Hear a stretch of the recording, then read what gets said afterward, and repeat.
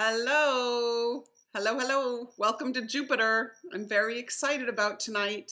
The Jupiter class. I don't know. There's something that is very delightful about teaching the Jupiter class because it is so much about growth and expansion and yes and optimism and a sense of generosity. And it's always I don't know, just very heartwarming to teach Jupiter. And as you can see, I have this lovely picture of the planets here, and I've always loved this picture. I just find it fascinating to look at the size of these planets, right? It just gives us perspective because here we are on little Earth, and here is the magnificent planet that we're talking about tonight. And feel how it's huge. It's huge compared to the Earth. And um, if you could imagine the enormity or the capacity to be generous at that level, that's really Jupiter. And Jupiter is this wonderful planet of gifting and beneficence and largesse. And so look how huge it is. And then next week we'll be talking about Saturn, that is almost equally huge. And basically Jupiter and Saturn are two of the most important planets in terms of affecting us uh, very deeply. These are, Jupiter is the first planet that really hangs around for a while. In other words, it takes 12 years to go around the chart. So it has an impact. The planets we've been talking about up till now, the transits of those are very quick. Mars is it's 2 years. So it's very quick, and it spends only a little bit of time in each sign. But Jupiter is the first planet that really it spends a year in each sign. So it starts to have a rhythmic impact where we can tangibly see how we're growing. So, and then of course, if you look at these planets also, it'll be fun to talk about Uranus and Neptune, because look at those beautiful colors. And there's this electricity, the electric blue with Uranus that is very resonant with Uranus. And Neptune is such a planet of transcendent love and beauty, and you can even see it in how it looks. And then, of course, we'll cover Pluto. See that tiny, tiny little being there? Which, boy, small, but has a gigantic impact. So, but before we launch into all that, I want to sound a couple of notes. The first one actually is that I want to invite you all to the Radiant Life Retreat. It's in 3 weeks. If you're not doing anything, you should be there. It's in Ojai. It's totally Jupiterian. It's a time of tremendous growth, a time of tremendous expansion, and it's I don't know. It's one of my most favorite things that I've created in my life, and the women that have come are glorious. And this particular retreat is having a rather intimate feel, and I'm excited about it because I think we're going to go really deep. So if you haven't checked it out, or if there's any inkling of a chance that you could come, talk to me, because it's going to be a good one. It's going to be a good one. So come to the Jupiterian Radiant Life Retreat, March 14th through 17th.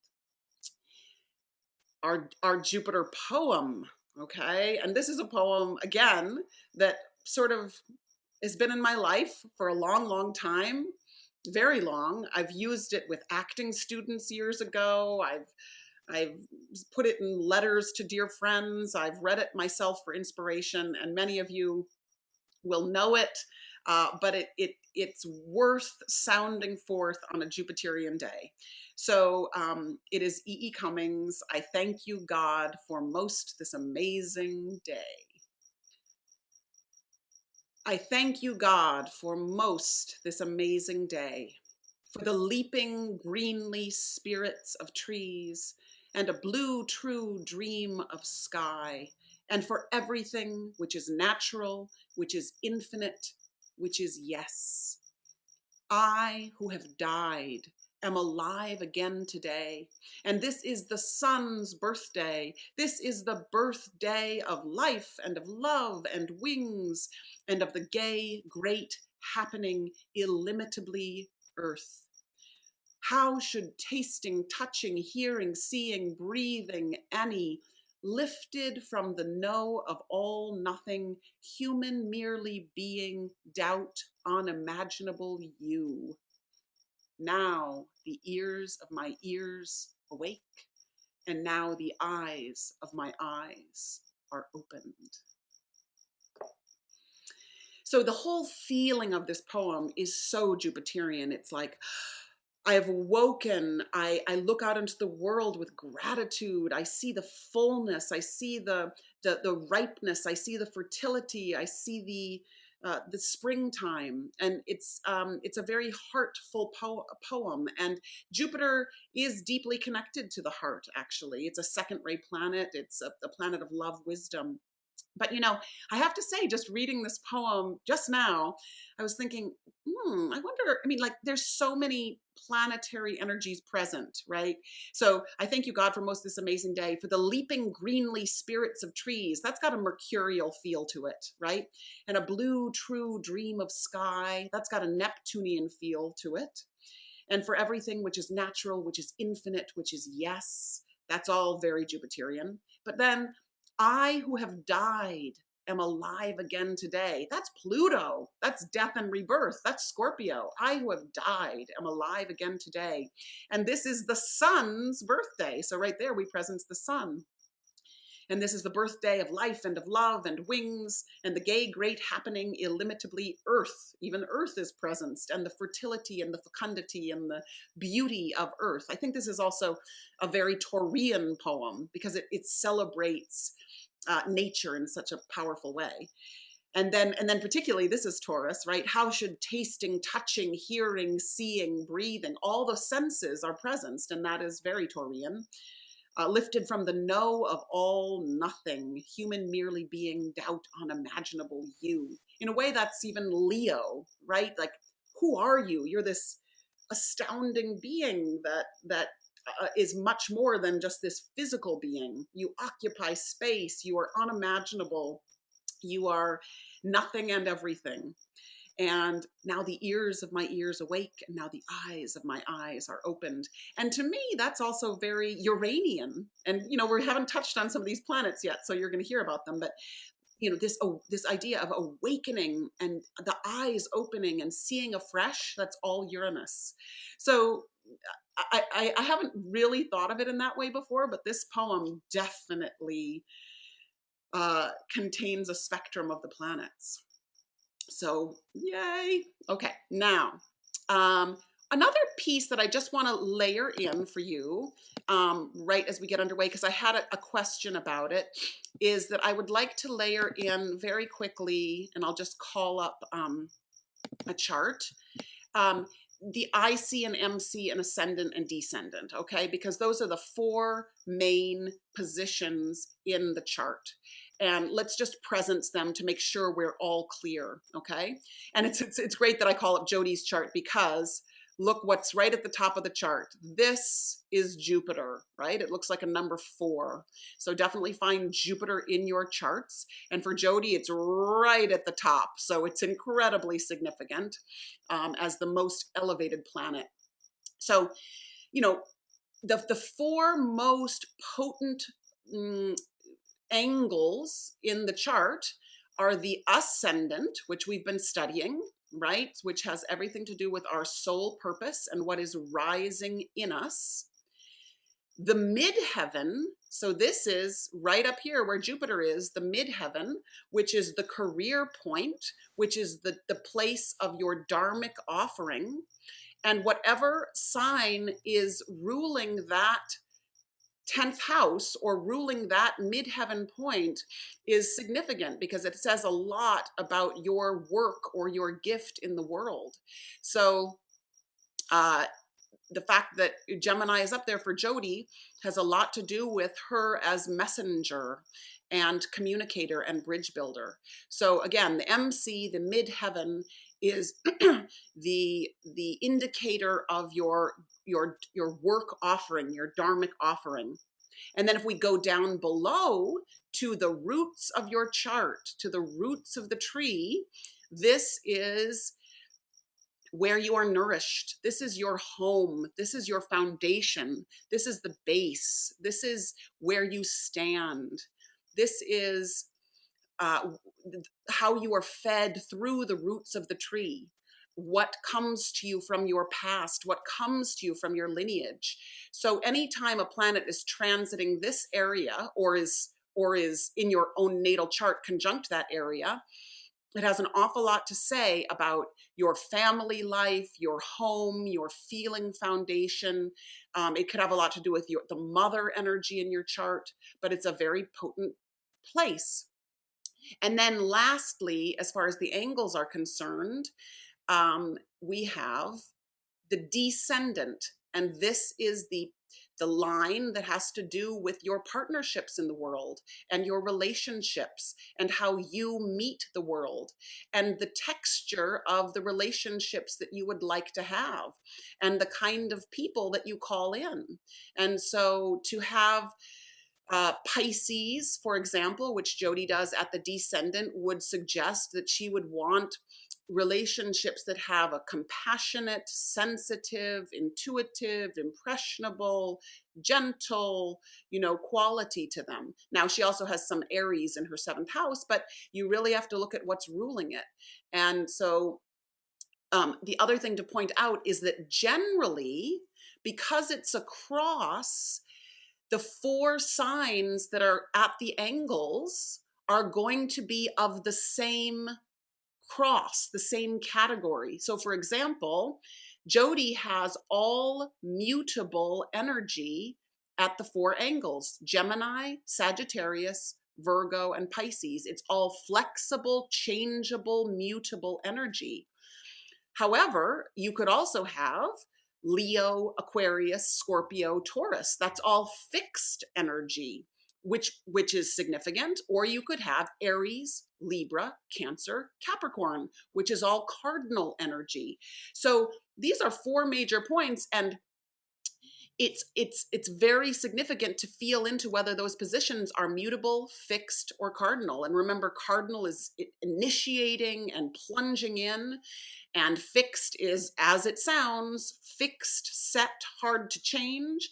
And mutable is ever changing and ever fluid. And so sometimes needs some fixity or needs some cardinal. They all need one another. They need to be shaken out of their general movement pattern. But that's an interesting thing just to feel into. And cardinal always starts the season, fixed is in the middle of the season, and mutable is changing from one season to the next. Okay.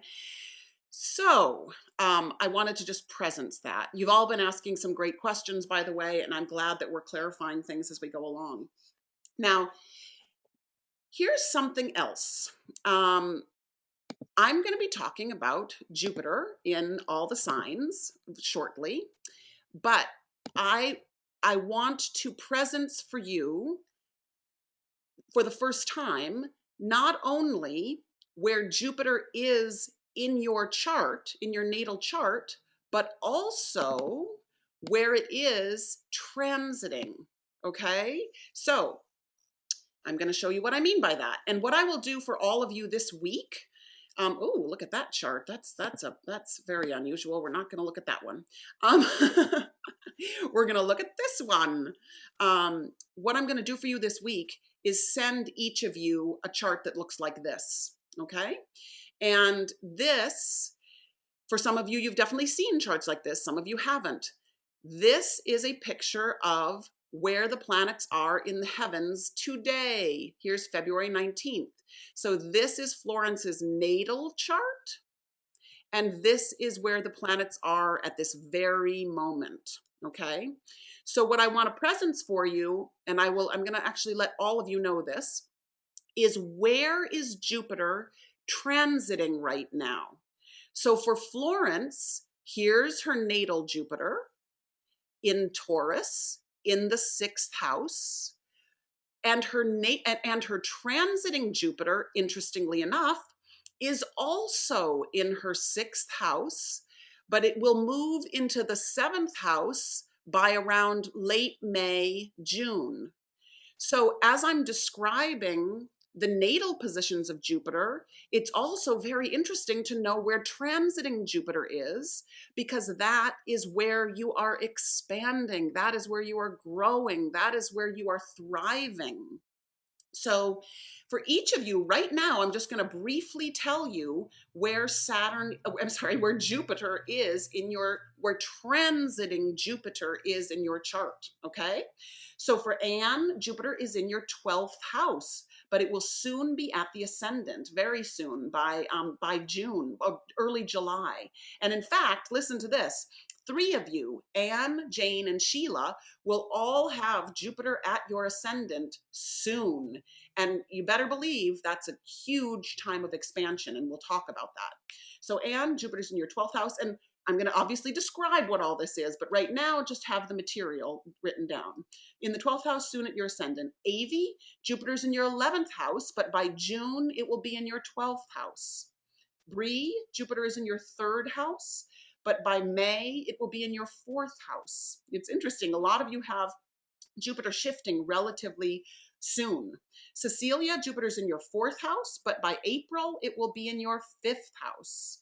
Elizabeth, Jupiter is in your 8th house, but by June, it will be in your 9th house. Renee, Jupiter's in your 11th, but in July, it will move into your 12th. Roxanne, Jupiter is in your 9th, but it will move into the 10th house in June.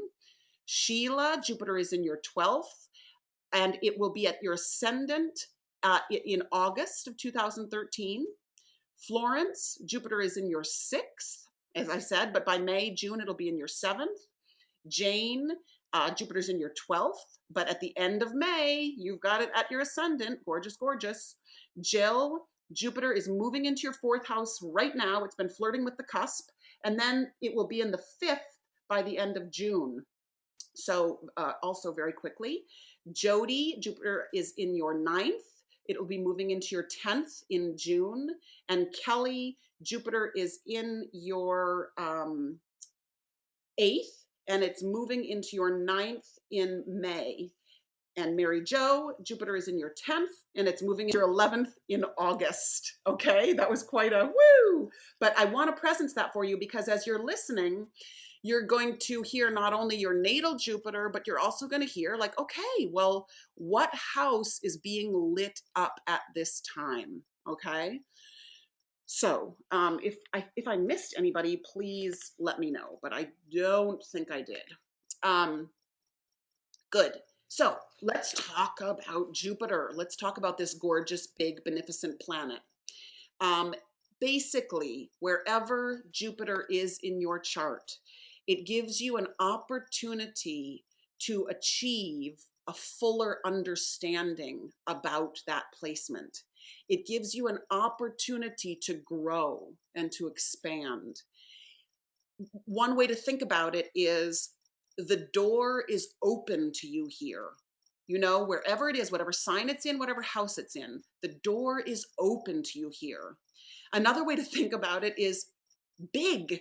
Like if it's in Aries, big initiative. If it's in Virgo, big purification. If it's in Scorpio, big diving into the depths or big transformation. If it's in Pisces, big compassion. If it's in Cancer, big inclusion. I mean, you know, in a way it sounds simplistic, but it's the truth.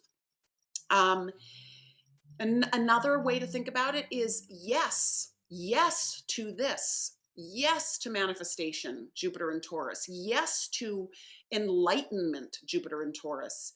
Yes to communication and an agility and facility with facts, Jupiter and Gemini. You see? So you can be so concrete and simple and building block-ish with this. You know, I have the opportunity to grow by Aries, plunging into things. You know, Libra, by engaging in correct relationship. Sagittarius, by traveling the world and expanding my consciousness at every opportunity. Basically, Jupiter is the guru planet. It is the teacher. It is your own self as teacher, like what you can teach, and it is the great teacher in our life, which I guess is, the soul. So um that's another beautiful thing to think about Jupiter, is that I can teach this. I can offer this. So listen to this. I It's always great to have a father who's an astrologer, because you get to read his life's work and use it as you teach. So my father wrote this quite a while ago, but I came upon it, and it's perfect, right, for Jupiter. And it says simply this: the sign, house position, and aspects.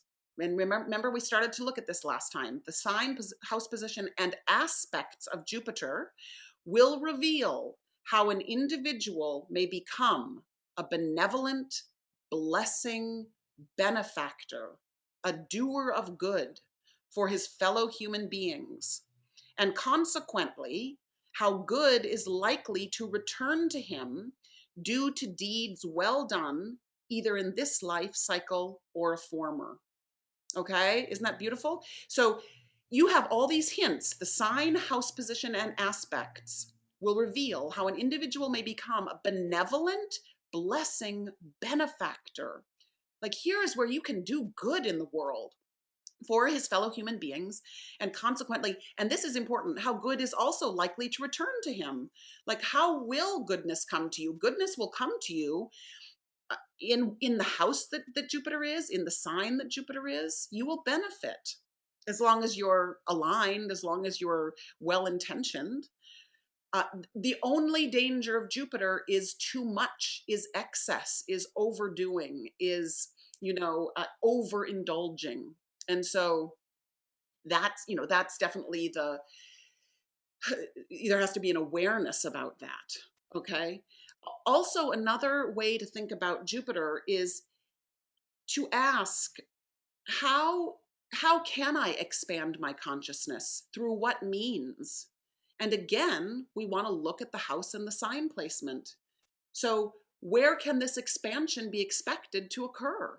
If Jupiter's in your fourth house, it might just occur through your home life, and through a careful look at your feelings, and through the mother energy. If it's in your eighth house, it might be through deep, sometimes painful, transformative processes that are a blessing.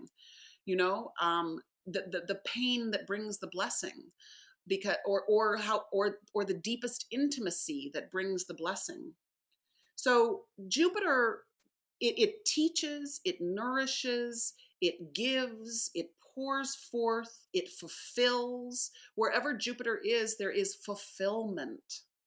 So isn't it? I mean, no wonder you can tell why I delight in talking about Jupiter, because for all of us, it should feel like a relief, or a balm, or a gift to know this area of blessing in our life, because it is such a source of encouragement, and it's such a place where, if we focus on it, we can feel a lot of gratitude. And let's see, this is sort of quoting someone else, but you know how much I love Carolyn Casey, and she, and I don't know who she's quoting, but she talks about how abundance invokes abundance, and she talks about gratitude invoking gratitude. Well, she is quoting Rumi here. She says, your depression is caused by your inability to praise, gratitude, and enthusiasm invoke abundance as an antidote to depression.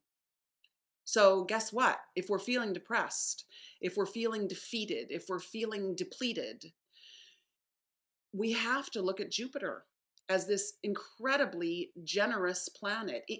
Jupiter generates more radiation than it receives from the sun. So it's not just offering up the energy it receives from the sun. It is actually generating more of its own. So you can feel its goodness and its beneficence. So this idea of gratitude and enthusiasm is very, very, very strong with Jupiter. And we have an opportunity in every 12-year cycle to grow in every area, right? We have, because Jupiter transits every sign, per year. And by the end of a 12-year cycle, we have gotten to grow in every area of our life.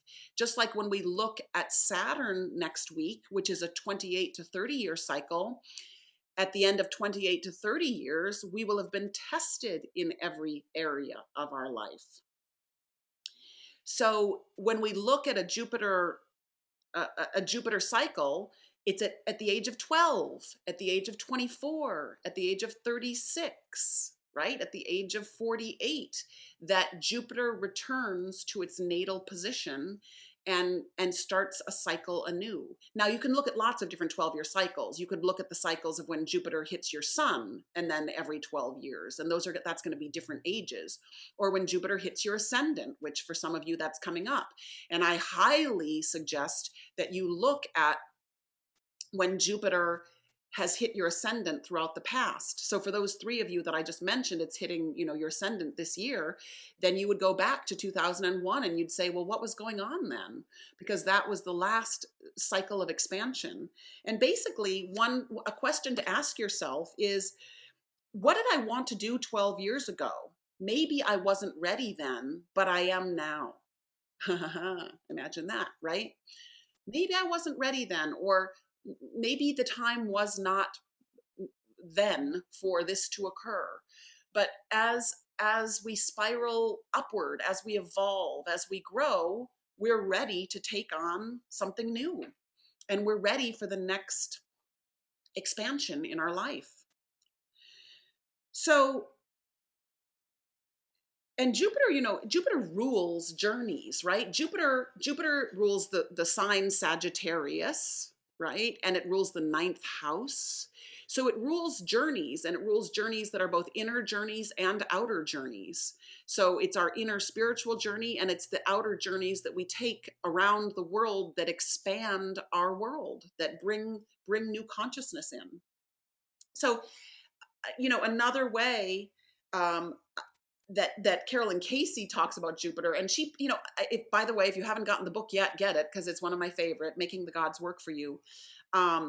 She talks about Jupiter's one of my favorite chapters with this book, and she says simply that Jupiter will make everything bigger. So take the opportunity to banish from your life everything you don't want to make bigger. and what do I no longer wish to take with me on my journey? So for those of you that have Jupiter coming up to your sun or your ascendant or a Jupiter return, you get to ask the question, what do I no longer want to take with me? What can I get rid of? And you concentrate on expansion rather than restriction.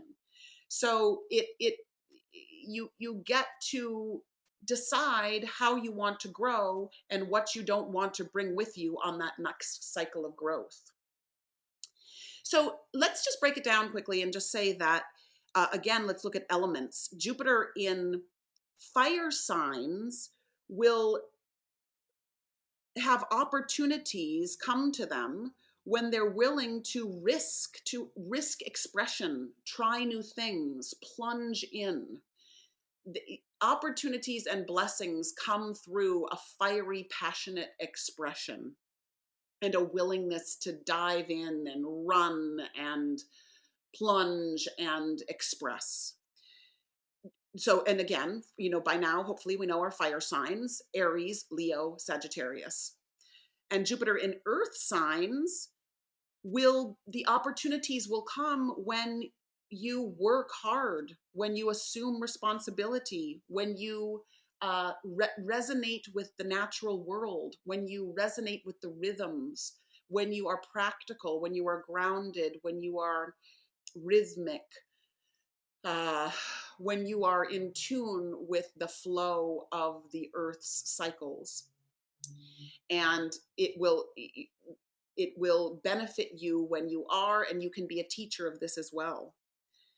And again, Taurus, Virgo, Capricorn, right? And for Jupiter in air signs, Gemini, Libra, Aquarius, the opportunities come when you guess what? When you express your ideas, when you communicate with enthusiasm, when you interact with others, when you converse about a future goal, when you exchange, when you distribute, when you um, stimulate one another with ideas and plans, and you build bridges. This is part of your gift, and this is how opportunities come to you. And for the water signs, Cancer, Scorpio, Pisces, basically the opportunities come, you guessed it, through sensitivity, through caring, through intuition, through following the feeling, through following the flow, through imagination, through impressionability, through dream time, through compassion and care. And you will receive blessings in that way, and you will give blessings in that way. Okay? So, and that's just breaking it down in terms of elements. Now, let me just, I'm going to call up a little worksheet that I will, not a worksheet, but I will put it up for you on our page. There it is, which is just a very simple but lovely little exploration of Jupiter in the signs. Okay, so here's another beautiful way to think about it. Jupiter really says, come feast at my table, right? So think of yourself as the great hostess or host. And your Jupiter says, come feast at my table. If you have Jupiter in Aries, I offer you the ability to begin, to initiate, to plunge in, to express the will to do and be, to mentally assert, to offer your ideas. Come feast at my table. I will stimulate you. I will dive in head first, and we will plunge into experience together. Come feast at my table with Jupiter and Taurus. I offer you the ability to manifest beauty, to feel pleasure, to sit in light, to enlighten, to use the eye of intuition to bring steadiness and rhythm and rhythmic beauty and steadfastness. I offer this to you.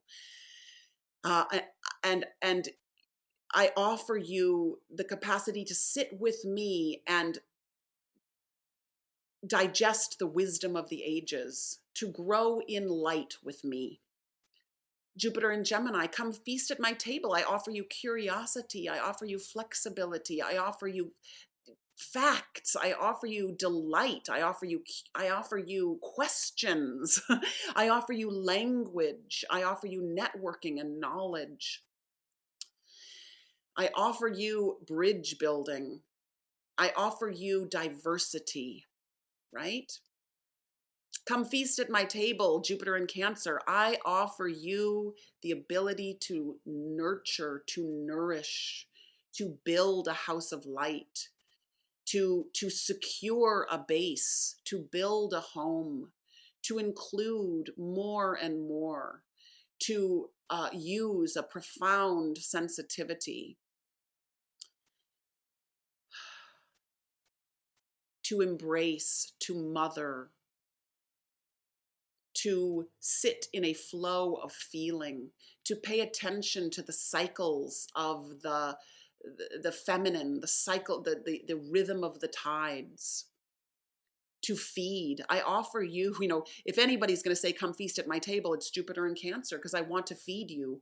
I want to feed you with, maybe it's with feeling, maybe it's with food, maybe it's with what you need, whatever I can provide for you.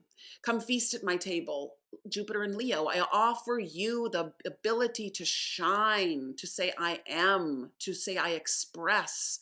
I offer you identity. I offer you the capacity to know the self with a capital S. I offer you presence, largesse, a willingness to occupy space. I offer you a big auric field of light and love. I offer you courage. I offer you the lioness. Come feast at my table, Jupiter in Virgo. I offer you the ability to organize, purify, refine, heal. I offer you healing through practicality. I offer you Virgo is often very connected with like the all the herbs in the forest, all the plant life that nourishes, that fixes, that heals. um, I offer you an attention to detail that can save the day. I offer you myself as the practical priestess. I offer you my ability to analyze and discern. Come feast at my table, Jupiter in Libra. I offer you the ability to create right relationship, to cooperate, to bring beauty to how people connect, to move with grace, to be fair, to be just, to be diplomatic, to be equitable, to to weigh things in the best sense. I offer you peace. Jupiter in Libra is big peace. And it's so beautiful. Think about this. Like, look at the charts of people in your family, look at your loved ones, and see what their greatest gift is. See, I see what Jupiter is giving as a blessing, and honor that in them, and praise that in them, and call that out in them. Oh, it's beautiful. Jupiter and Scorpio, come feast at my table. I offer you the ability to get to the tough stuff, to dive in, to alchemize, to wield power, to penetrate into the dark, to cut to the heart of the matter, to plunge to the truth, to excavate to the truth, to to tr- transform, to transmute, to go through a therapeutic process, to come to know oneself intimately, to face the darkness. I offer you my warrior self as an example of how it's possible to walk in the world with courage and ferocity and a fearlessness. Come feast at my table, Jupiter in Sagittarius. Jupiter loves to be in Sagittarius. I offer you enthusiasm, philosophy, nobility, vision, playfulness, idealism. I just recently sat down with a young man who had Scorpio rising, but with Jupiter in Sagittarius right at the ascendant, like just a couple degrees away. So he was very late Scorpio rising with Jupiter in Sagittarius. And he was this incredible combination. He was a lawyer. So he's this incredible combination of, I will get to the heart of the matter. I will be tenacious. I will not let go. I am a warrior heart, but the most idealistic, buoyant, joyous man you could meet. So isn't that beautiful to see how those can combine? Jupiter in Capricorn, come feast at my table. I offer you the ability to organize, to climb the mountain, to embody power, to delegate, to work hard, to climb to the spiritual summit, to become the diamond. Capricorn is interested in the diamond, in perfection, in in initiations of consciousness. So a beneficent order to organizations. This is a great placement for anybody that wants to bring light to the corporate setting, right? But also wants to climb the spiritual mountaintop. And again, brings a tremendous amount of capacity to accomplish and to care for people at a practical level. Come feast at my table, Jupiter in Aquarius. And Jupiter loves to be in Aquarius, right? Because it is the esoteric ruler of Aquarius. So I offer you friendship, true friendship, camaraderie, community, the ability to bring in the new, to bring in the utopia, to collaborate, to improvise, to be more than we are apart, to be more together. to be a band of brothers, to be innovators. I offer you a new vision of the world. I offer you the cutting edge. I offer you invention. Jupiter in Pisces, come feast at my table. I offer you compassion, the big heart. I offer you sensitivity. I offer you love of ceremony. I offer you freedom from bondage. I offer you imagination. I offer you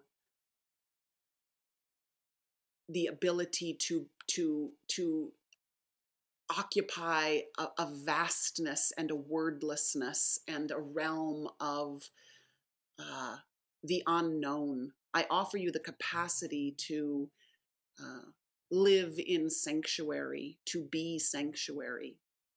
Yeah.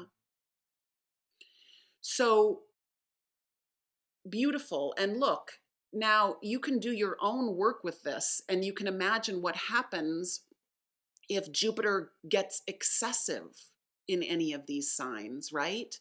Jupiter in Pisces, excessive could be addiction. It could be, too much escapism.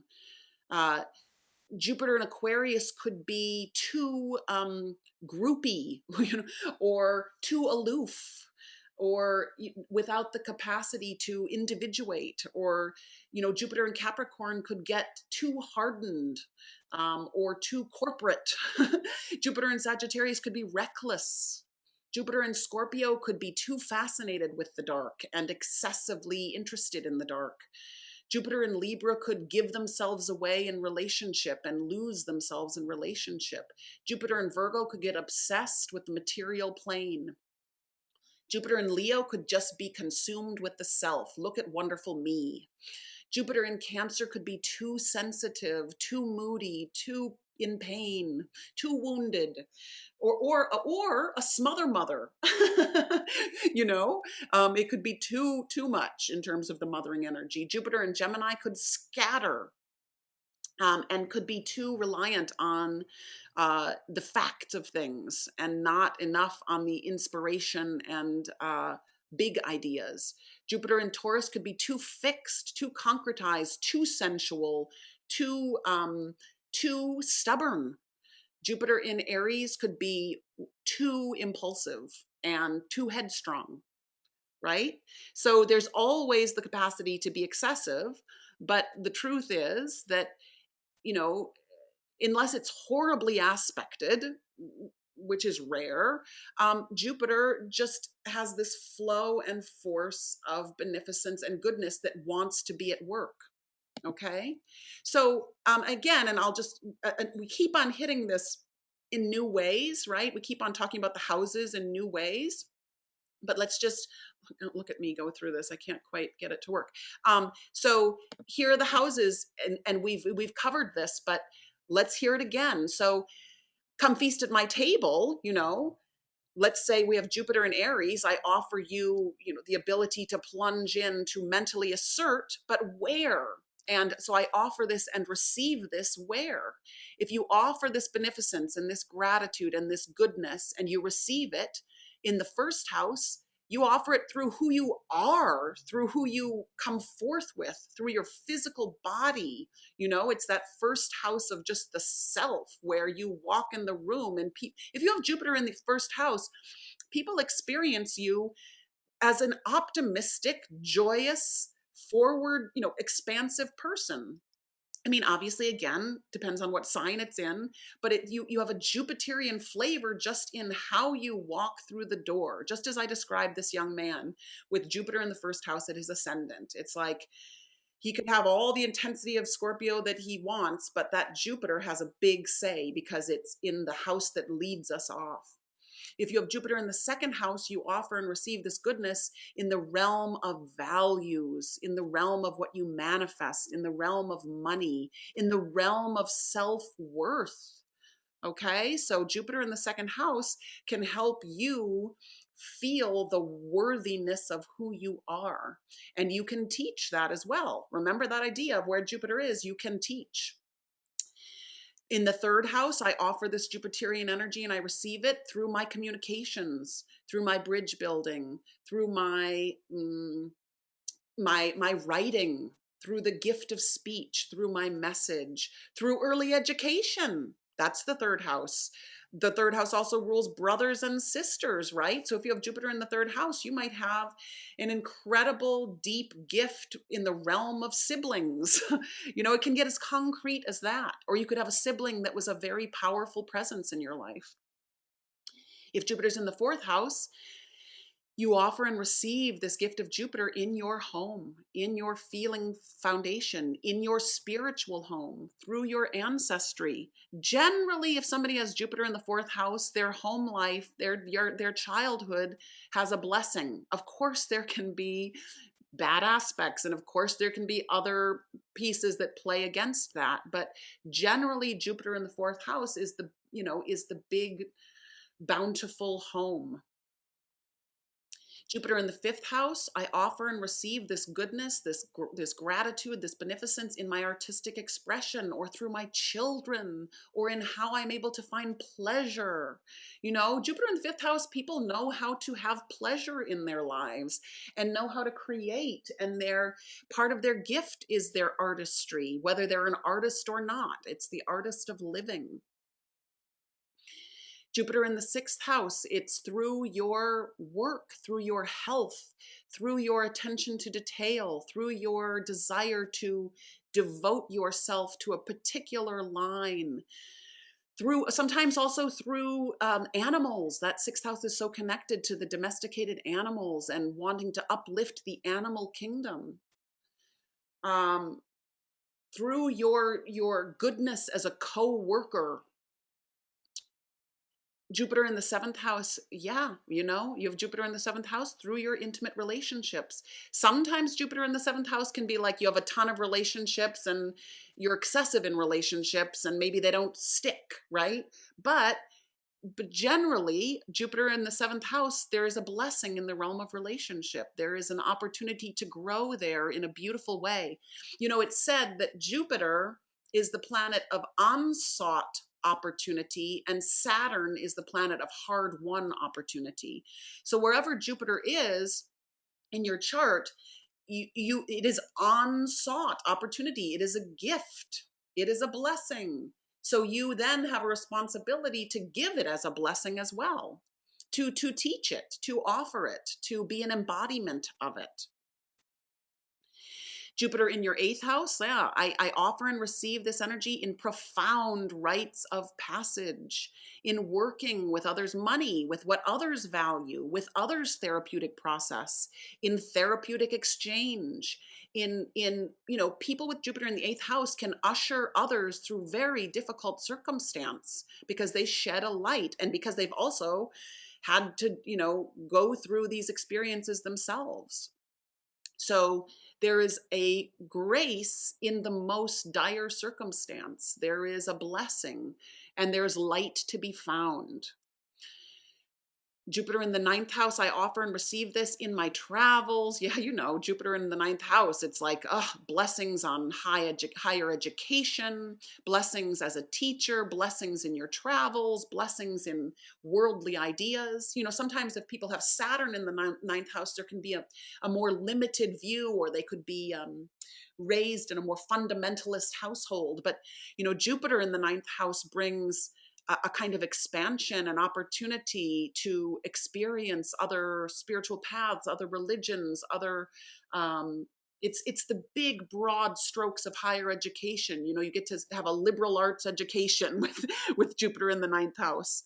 And there's a profound love of travel, inner or outer. Okay. In your 10th house, we know, it's like, I hope by now you're getting to be able to do this with me. And every time we say it, it's dropping deeper. And every time you recognize, I could look, I was raised with astrology and I've taught astrology forever. But sometimes when I just revisit and say, where Jupiter in my chart is, in Cancer, in the 12th house, and it's all water, and it's all about full feeling and sensitivity and nourishment and nourishing people through sanctuary and nourishing people through retreat and nourishing myself through, I mean, it's like I remind myself of this incredible gift, and it never grows old. I'll put it that way. Um, so Jupiter in the 10th house, yeah, in your career, in how you stand in the world. I often say to people, if you have Jupiter in your 10th house, I don't worry about you and your work in the world. You know, there's a blessing there. It just flows.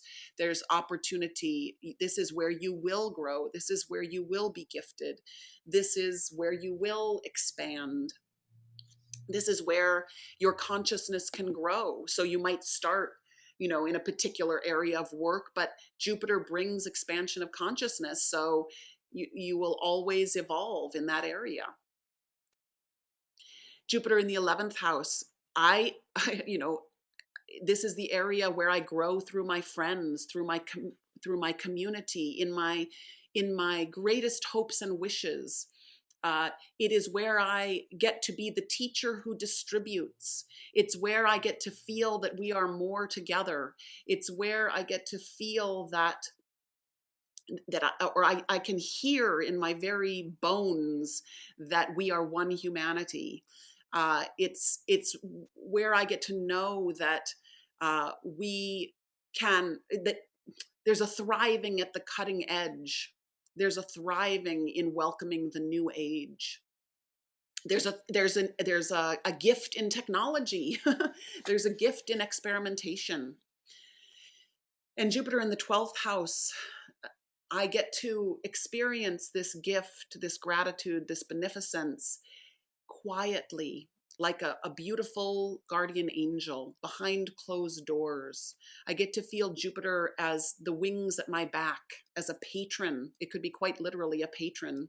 You know, in my life, um, I have Jupiter in the 12th house, and in my life, it almost makes me emotional. My Uncle Leon, my great Uncle Leon, um, who was an incredibly dear man, was my patron, was my cheerleader, was, you know, my father was, for that matter, as well. But my uncle also supported me materially. You know, he was always so generous with experiences, artistic experiences. He created avenues for me to express through his financial support, through his encouragement. You know, he always had all these little phrases. He was a Taurus, right? So he always had these little phrases that were very like pithy and kind of like, never give up on a kid, and, you know, keep your chin over the plate. And I mean, I can't think of any more of them, not right now, but oh, he always said, have a 5-year plan. So he was a very practical man, but he had just a huge gift of generosity. And I never felt like I would fall. I never felt like I would be without protection. And that's Jupiter in the 12th house. And so also Jupiter in the 12th house is where we can help behind the scenes of society. So in hospitals, in prisons, with those that are much less fortunate, with those that need to help being fed, being housed, being clothed, you know. So Jupiter in the 12th house, it's where we can give a huge gift of compassion for those that are in need. And we all give that compassion at different levels. And there are those of us that are meant to be in the trenches and really on our feet, serving, interacting with those in need. And then there are those that are educating those that will work with those in the trenches. And then there are those that work at a mental level, which, if in a meditative realm, you know, Jupiter in the 12th house is very meditative, where you sending blessings out to the world, you know. I mean, you better believe that if the Dalai Lama is sending blessings to the world, I believe he has Jupiter in Cancer, I'm not sure, but, you know, sending blessings to the world, it's going to have an impact, and it's at the mental level, you know, and the soul level. So it's always also interesting to feel where we, uh, what level we want to distribute our gift. Okay, good. So let me just take, I want to go through just briefly the aspects or the connections with the planets, but let me ask if there are questions at this moment. Any general questions about Jupiter in any of the signs? Okay, good. And any questions? Now is a good time. Okay, here we go. If I have Jupiter in the 11th house of Cancer, but in the sign of Leo, do I take both into consideration? Yes, you do. But I will show you what that means. Hello, I'm back. So Mary Jo is asking,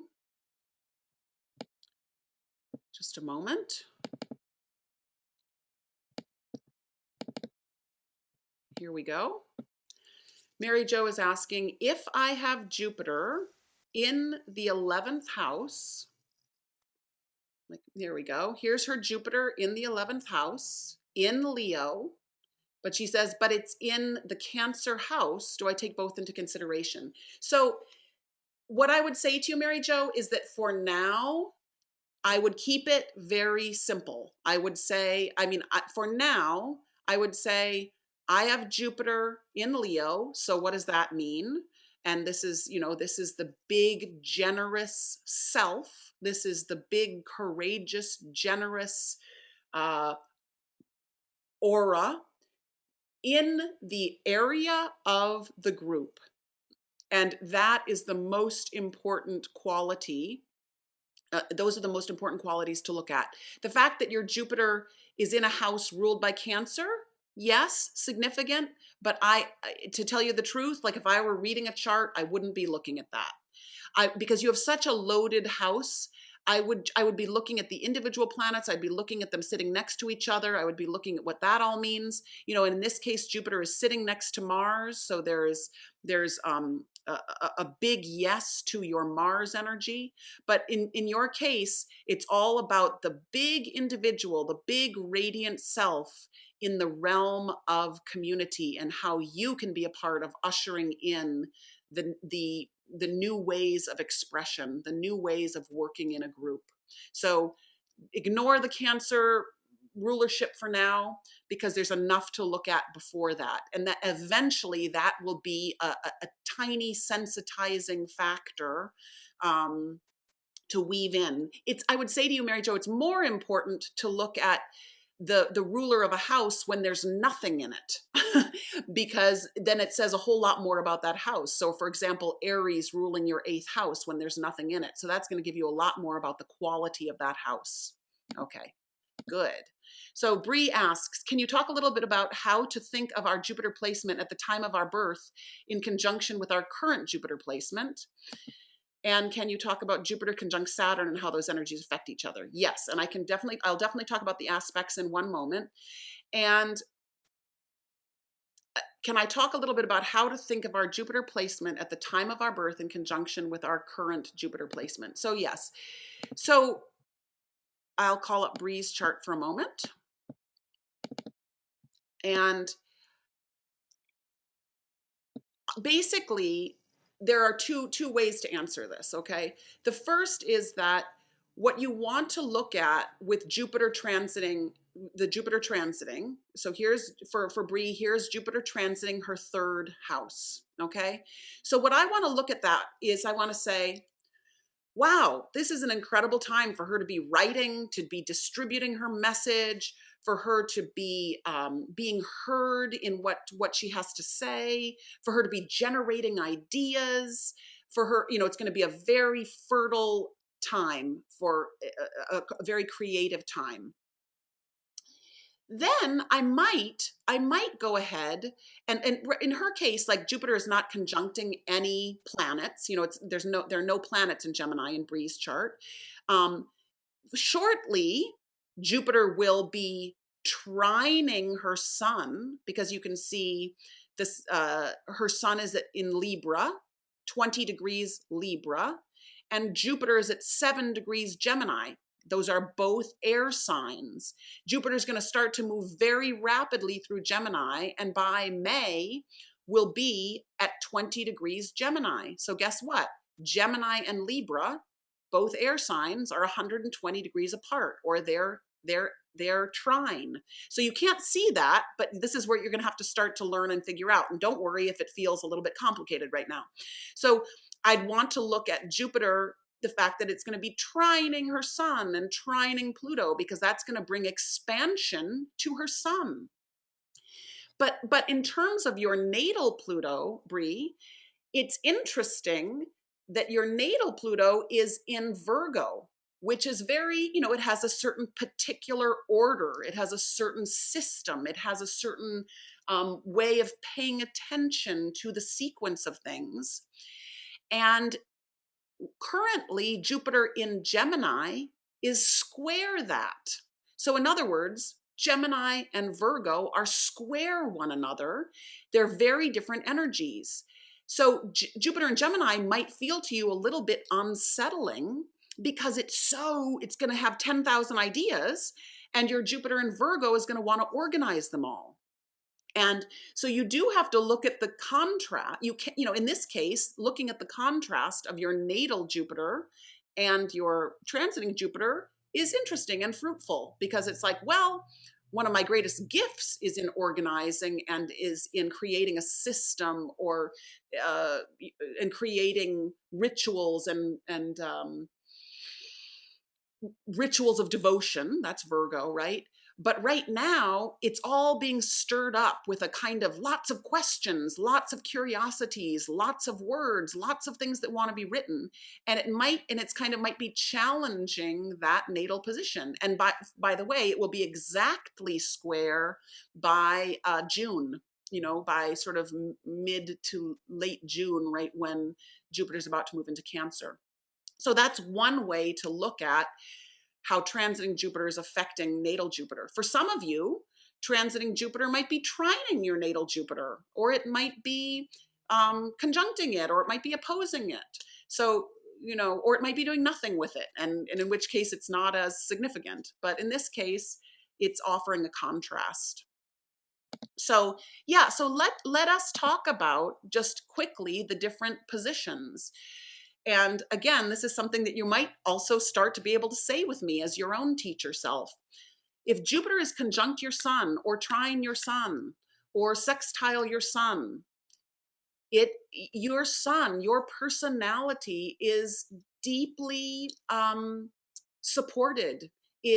There's a largeness to wherever whatever sign your sun is in is amplified. Think of Jupiter as amplification. So it's amplifying the personality.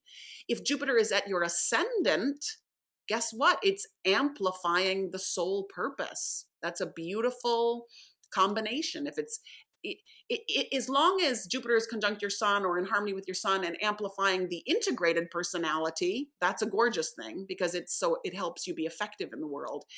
If you're still living in a lot of the wretchedness of your sun sign a lot of the time, it's going to amplify that too, right? So you have to be careful. If Jupiter is square your sun, or semi-square your sun, which is 45 degrees, or sometimes opposite your sun, then sometimes you have to be careful of doing too much, or excessive indulgences, or extremes, right?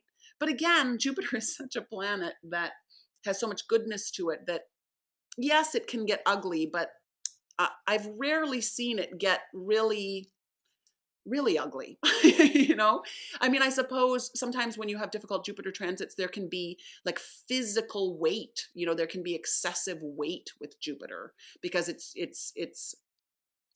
grows things, right? Or if you have a ton of water and Jupiter is in a water sign, you could have an over emotional self, right? But again, so you can watch for these things. Jupiter conjunct the moon, well, that's interesting, because it can make the big home, the big emotional world, it can amplify some of the negative qualities of the moon. So sometimes you have to be careful about that, because remember, the moon is where we go get instinctual and get into a survival mode and get into habitual physical patterns, and Jupiter sometimes can amplify that, and that's not the best thing in the world. But it can also be emotionally uplifting, and it can make for a positive mothering experience, or a positive experience as a mother. um, And again, it'll depend on what what sign the moon is in to see what Jupiter is amplifying. Okay. So, the danger is the danger is that it amplifies the wretchedness and that the stuckness. But hopefully with Jupiter moon, it can be a kind of emotional elevation and a general optimism. A lot of you have Jupiter in relationship to Mercury, and either transiting or in your natural chart, in your natal chart. And Jupiter Mercury is interesting because Mercury at a certain level has to do with the concrete mind, and Jupiter has to do with the abstract and expansive mind. This is one thing I didn't say about Jupiter that I really want to say, which is that Jupiter wants to bring everything together. It is a planet that wants to synthesize. It wants to bring fulfillment. It wants to make things whole, right? So Jupiter would think in wholes, and Mercury would tend to be more concrete or specific, right? But Jupiter is, again, the broader perspective. But in any case, Jupiter and Mercury together will be, the big message, the big communicator, the big bridge builder.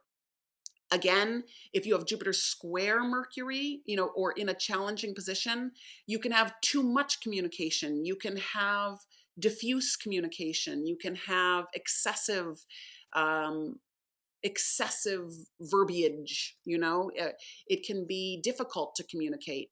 But generally with Jupiter trine or conjunct or sextile Mercury, there is a gift of communication. There's a gift of connection. Venus, Jupiter, Venus, you've got the pattern, right? Big love, an opportunity to love, an opportunity to bring intelligent love, an opportunity to find soul satisfaction, because where Venus is incredibly soul satisfying. Um, and those are really the two most beneficent planets, Jupiter and Venus. They're both sacred planets. They're both very evolved. And if they're working together, there's a lot of beauty and beneficence in the life and a lot of satisfaction. If they're working apart, square, you can have issues around excessive pleasures, excessive indulgences, a kind of laziness, a kind of just let it all happen energy. Mars, can do, move forward, big aspirations, big warrior, um, big assertion, big energy. If it is square, it's really one of the classic aspects where you just take on too much. You do too much if Jupiter is square, it's square Mars.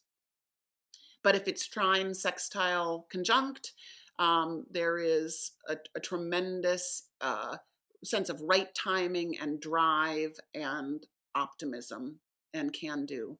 There are other aspects, but there are inconjuncts, there are quintiles, as I said, there are semi-sextiles, there are all of these, but we're not going to get into those in this class. Maybe we'll dive into another class, but it's more important for you to get a general sense of when they're working easefully, when they're working inharmoniously, or with a challenge. Mars, Jupiter. So yeah, Jupiter cannot be conjunct its own self, except transiting. And if it's a transiting Jupiter conjunct Jupiter, then it's just fulfillment, and it emphasizes your gift. Jupiter Saturn, which Bree asked about, is the beautiful combination of yes and no. It's the beautiful combination of expansion and contraction, of optimism and reality. Many leaders in our world have this combination where they know how to grow and create the structure, and create the structure and grow. So there's a real conversation between sort of the strict father energy, or the disciplined father energy, and the kind of expansive parental energy that's like, you can do it. And then Saturn's like, but let's do it in a serious and sober and clear and defined way. So in Bree's case here, There is both expansion in the realm of relationship, and there is testing in the realm of relationship. And there are learning how to build relationships, both with a sense of, uh, joy and optimism, and a sense of sobriety and reality. And, there's huge, Bree's got a huge seventh house full of beautiful opportunities to grow. And Bree, for you, that should be a tremendous meditation, is your whole realm of the seventh house, because there's so much going on there. If they're square one another, then you end up with some difficulties around, like sometimes you'll expand too much, you'll get excessive, and then Saturn comes in and tries to rein it in, or you'll get too serious and cut down and restricted, and Jupiter will swing in. And so it's like this kind of conflict about, how do I grow with more grace and with more flow? um Jupiter Uranus is the big revolutionary, beneficent change, a new plan, a new order, um, the desire to be authentic, big authenticity, big freedom. Um, so all of those harmonious aspects would be very much about uh, uh, easeful change and generous uh, a generous new order, like a new way of doing things. If they're square one another, it's interesting when you start to get to the outer planets square one another, it becomes more of a generational thing, and has a lot to do with what a particular generation is engaged in. But it would have something to do with an erratic way of growing, that, Jupiter wants to grow and bring light and bring goodness, and Uranus can keep disrupting it um, with not necessarily a good sense of timing. So things can erupt, things can, little earthquakes can happen.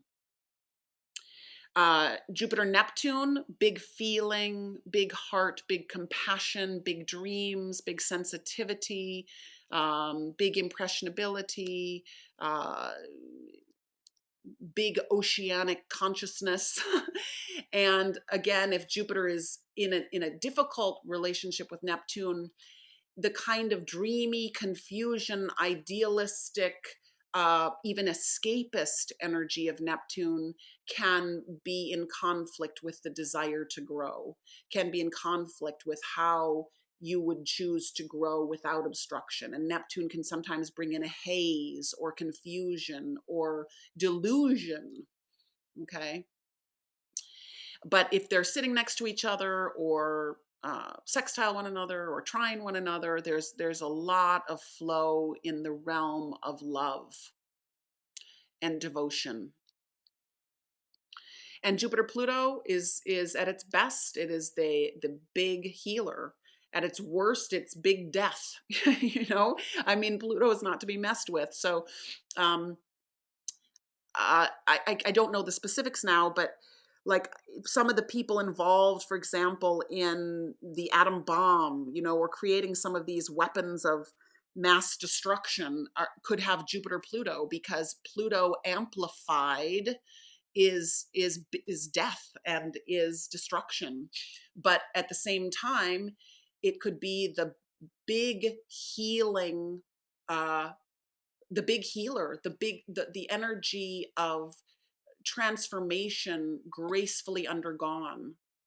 So we talk about the excessive quality of Jupiter, and we also talk about the gift of it working beautifully with Pluto, which brings in graceful shedding of the skin. And so I'm not being incredibly specific around, like saying the square is this, the sextile is this, the trine is this. I'm trying to give you more of a general sense, and I want you to start to work with it. And perhaps I'll start next time, and I'll write myself a note to give a few more definitions of each of the aspects. So maybe even phrases or something that you can use. Um, so that you can start to work these and wrestle these for yourself. Okay. So feel free to ask questions at this point. I'm going to call up a couple of charts, and we're going to uh, look at Jupiter placement, and we're going to look at some of the aspects. So let's call up, what am I doing? Don't save that. We'll go here, boom, and we'll go to Jill. Okay, oh, actually, I want to call,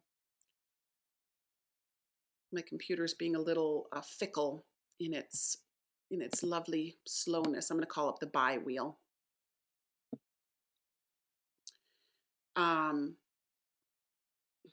Okay, there we go. So let's look at a couple of things. Let's put this all together, okay?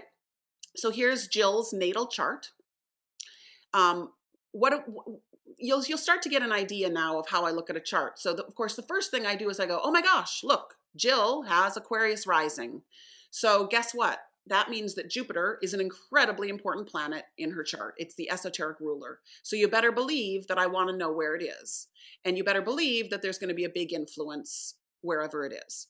So Jupiter in Aries, right? What is it? It's the teacher that leaps. It's the opportunity to initiate. It is an incredibly assertive energy, where in the realm of beauty, in the realm of manifesting beauty, in the realm of the intuition. So there's a big assertion in the realm of beauty. For what? For Aquarius, for the good of the one humanity, for the good of the group.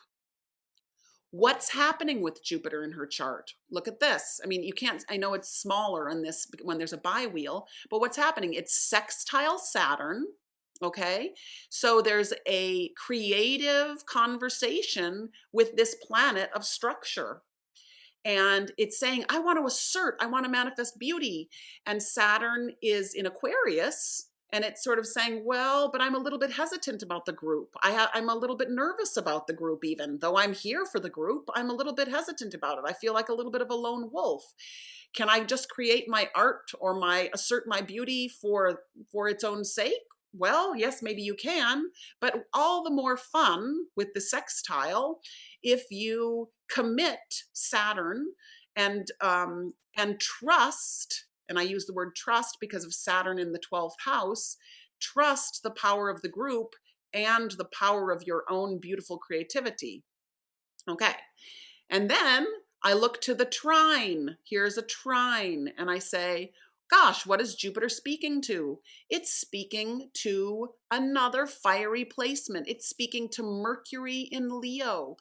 How does she want to express with generosity, with fire, with radiance, with artistry? Her Mercury in Leo wants to speak color, wants to speak courageously. It wants to speak courageously and build bridges through the assertion of the creative manifesting beauty self. Okay, so Jupiter and Mercury is the big messenger. And what is she a big messenger of? What does she want to distribute? Well, certainly one of the things is beauty and light, because of that second house. Okay, so, and again, like, what might be one of her obstacles? Well, this is where you can start to combine all this gorgeous stuff, because one of her obstacles might be that the privacy of the moon in Scorpio, right? Or one of her obstacles might be Saturn in Aquarius, that hesitates around the new of Aquarius, or hesitates around the group of Aquarius. But with this gorgeous fire, she has a lot she has a big message, big Jupiter message, Mercury, a big fiery, passionate, creative message. Okay, are you following me? Let's look at another one. It's sort of fun to put it all together, because we haven't yet looked at a planet. We haven't yet looked at transits. which I didn't just look at. I guess I didn't just look at with Jill, but we'll look at it here.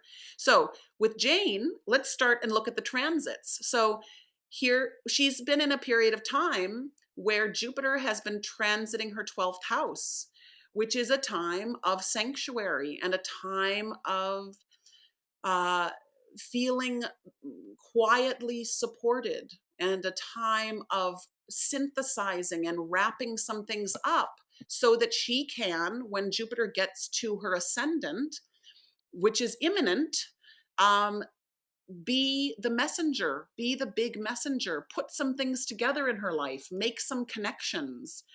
She already had Jupiter hit Mars, which was a big surge forward in terms of her desire to learn, in terms of her desire to communicate.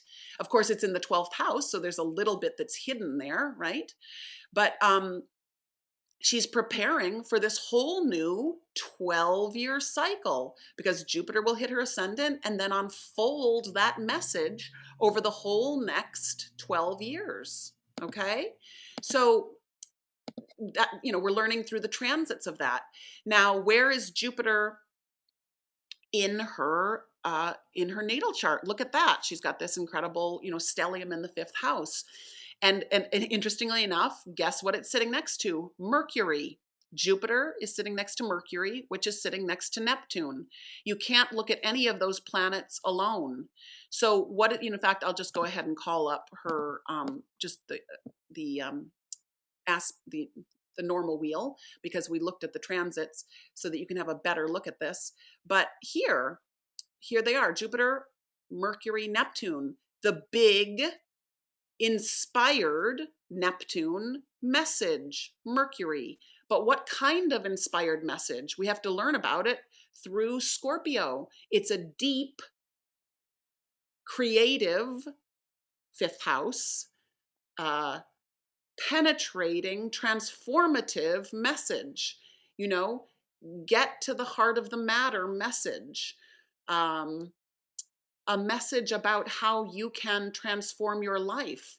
And how is she doing that? Even it's through how she lives, through how she expresses, because it's all 5th house.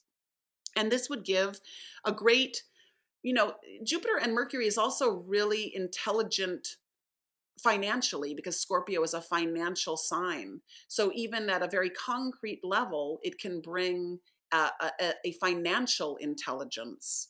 But it's the big messenger, it's the big communicator. There are lots, big thought. And with Neptune there, it's inspired as well. So for Jane, the main aspects are in conjunction and not so much in trines or oppositions, okay? Also, let me just point something out. Like, for example, this is another way to look at it. Sagittarius rules her 7th house. So guess what that means? It means also that Jupiter rules her 7th house. So even though Saturn is at the cusp of her 7th house, and I would read it into her 7th house, and so there would be tests in relationship, there is also an incredible opportunity to grow in relationship. There's also a blessing because Jupiter rules that house. There's also a blessing in relationship, and the people that come into her life will help her grow, and she will want to be around enthusiastic, forward-moving, forward-thinking people. You see, I'm looking at Jupiter in a lot of different ways. So, again, just keep breathing and just keep taking the ride, because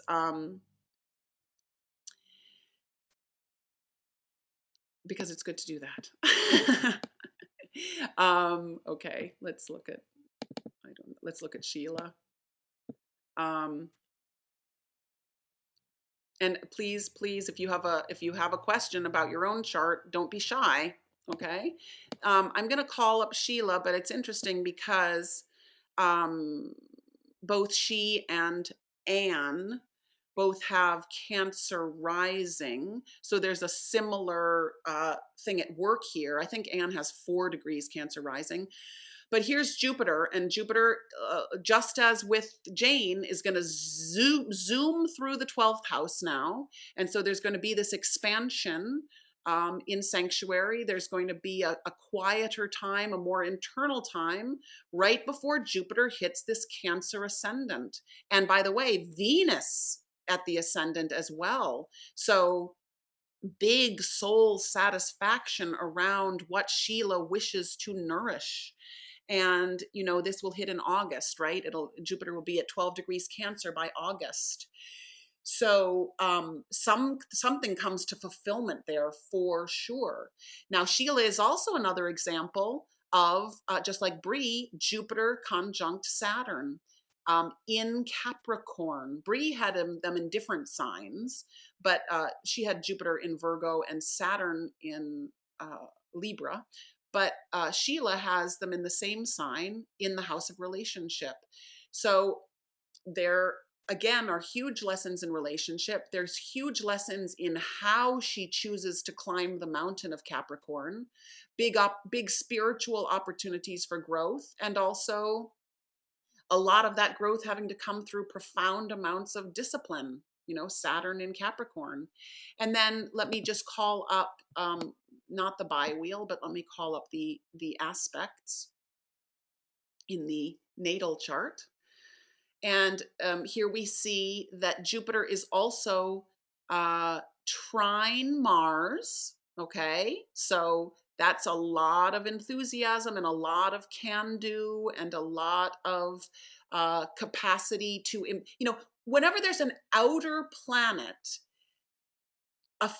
in harmony with an inner planet, the outer planet is doing its work on the inner planet, right? So Jupiter is further out than Mars, and so it's having its impact on Mars. So Jupiter is lending its expansion and growth to the forward momentum and aspirations of Mars. And Mars, in Sheila's case, wants to forge ahead and create right relationship. Here's a resonance, the 7th house of relationship and Mars in Libra. So it really wants to bring the blessing to the area of relationship. How do I do that? How do I bring my full feeling to relationship? How do I not hold it in and restrict it and control it? Right? And then Jupiter moon is interesting, and you have to look at the signs, right? So here's the moon in Libra, which could lose itself in relationship, and Jupiter squaring it could amplify that tendency. So she has to bring in Saturn to give structure, to give clarity, to give boundaries, to give laws, to give authority in the realm of relationship. Okay, I know I'm really mixing it all up here, and it might be something that you all can revisit as we go. Good. Okay. So if I'm going to give one more moment for any questions, and otherwise,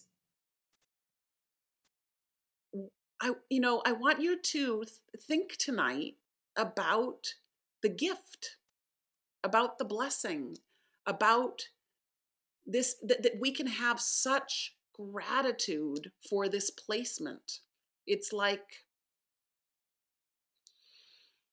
a place where we can take a deep, full, joyous breath and trust that goodness is at work there.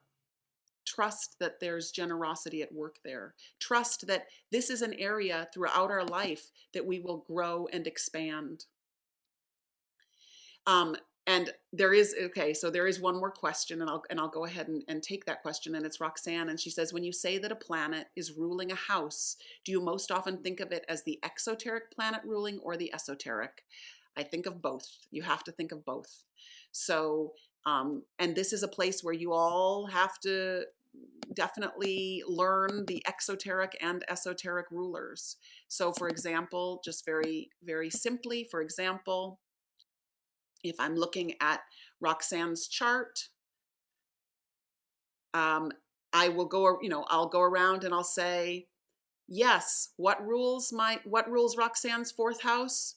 Jupiter rules Sagittarius at the exoteric level, and the Earth rules it at the esoteric level. What rules her fifth house?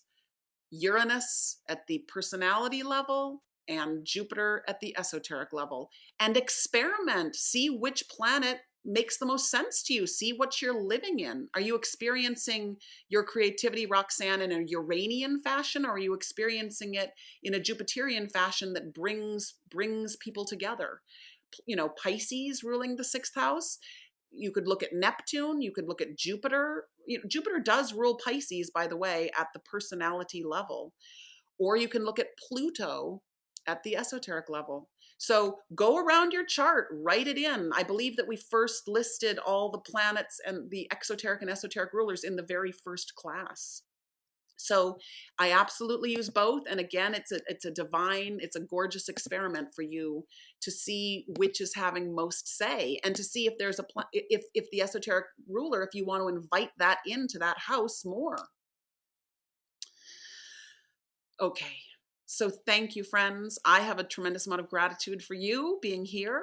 And next week is Saturn, which I also get enthusiastic about in a very different way because it helps us grow tremendously. And I'm a very Saturn person because Saturn is conjunct my sun. So you can't think of me without thinking about Saturn. All right, my friends, be in touch and thank you and have a gorgeous week. And we're in Pisces now. So dream, open your heart, feel unconditional love, flow, go walk on the water. Mwah. Bye, friends.